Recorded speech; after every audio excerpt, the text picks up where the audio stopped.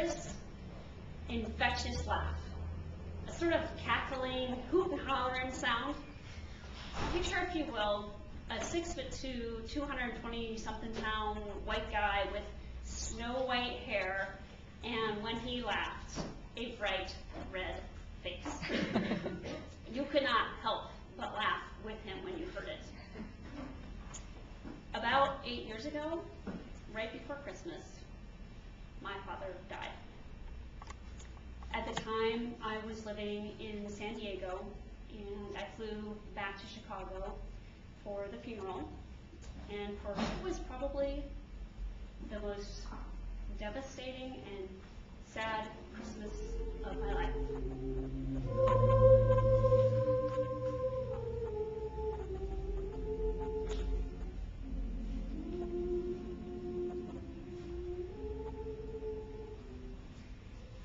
My very kind and sweet mother made many attempts to console my brother and I that Christmas. The most significant and memorable was when she gave both of us a cute little stuffed animal dog named Rufus.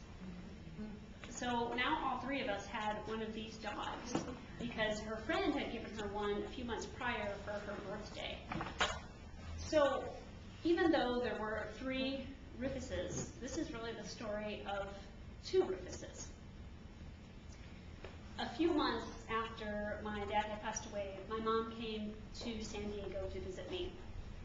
And I learned as she unpacked her bags that she had brought Chicago Rufus to come and visit his brother, California Rufus.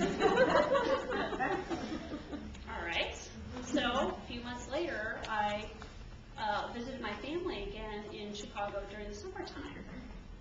So I brought California Rufus to visit Chicago Rufus. And you know, it's a funny thing with families and keeping in touch. You have some tragic thing happen and you tell each other and yourself, like, okay, I'm going to do a much better job about keeping in touch and staying connected. Well, the 3rd Rufus, my brother's Rufus, we'll call him Bartlett Rufus because that's the suburb of Chicago where my brother lived. He wasn't so good about being in touch, not as much as the other 2.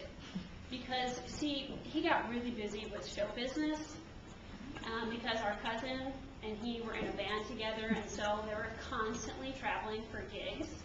So he really didn't keep in touch as well as the other ones. Yeah, really Chicago Rufus and California Rufus were a lot better about being there because, quite frankly, Bartlett Rufus got a little bit carried away with all the movie puppies with this whole showbiz traveling thing.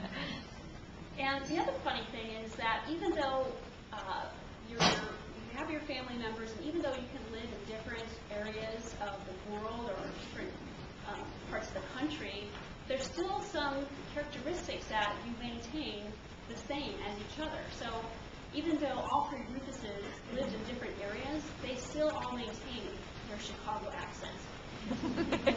You'll hear more about that later. So the following Christmas, was a year after my father had died, and Rufus and I came back to Chicago again, so we could meet the family. My mom, my brother, and I decided that we were going to go on what's called a magical This was our video camera and travel and roam throughout Chicago and videotape the history of our parents' lives. So, for example, we would videotape the house where my mom grew up, the church that my dad went to, the schools that both of them went to, and my mom would do all the narrations. We'd have this piece of history that we could keep. Well, of course, the day that we were slated to do this tour, it was damn cold in Chicago. No surprise, it's winter. This is one of those single-digit degree days. So my mom decided that it was really important that we would take the boys with us, that they be part of this, because of course they're part of the family, right? And being a mother, she wanted to make sure that they were going to be warm enough. So she took a pair of her clean Christmas socks, and she wrapped up both the boys in her socks and bundled them up to make sure that they were going to be warm enough. I'm not kidding. And she's not in a mental hospital. We actually took them with us in the car throughout our whole tour all day long, because again, they're part of the family. And this was the first of many public appearances by the two Rufuses. So the relationship between the two brothers grew and blossomed. They began to send pictures of one another to each other, right? Because you have to have that visual to know what's going on in one another's lives, keep in touch. So Chicago Rufus had a picture of himself cooking dinner at the stove, and he sent it to California Rufus, who subsequently had a picture of himself at the beach at Coronado Island in San Diego with his little mini surfboard, just about to hit the waves. Sent that back to Chicago Rufus, and so forth. This kept going on. You get the picture, where they were going with this. Well, by the next Christmas, my mom and I really got serious about these photo opportunities for the two boys. Basically, we decided to take a trip to downtown Chicago on a train, and we brought the boys with us. So on the train, in front of people, we had them bundled up and had pictures of them looking out the window pensively. Then we went out to the Chicago Art Institute and had pictures of them in front of the Chicago Art Institute, and then at the symphony, sitting in their chairs looking at the program for that day. And then, of course, eating Christmas cookies that my aunt had made, and giving a gift to my cousin. And we couldn't forget the classic posed in front of the Christmas tree. So by the end of that Christmas, we had 3 rolls of film of nothing but our little stuffed animal dogs. I think we had probably one other roll of film that was actually live people. So we had all of these photos, and an idea began to brew. During the next year, my mother and I started writing a story.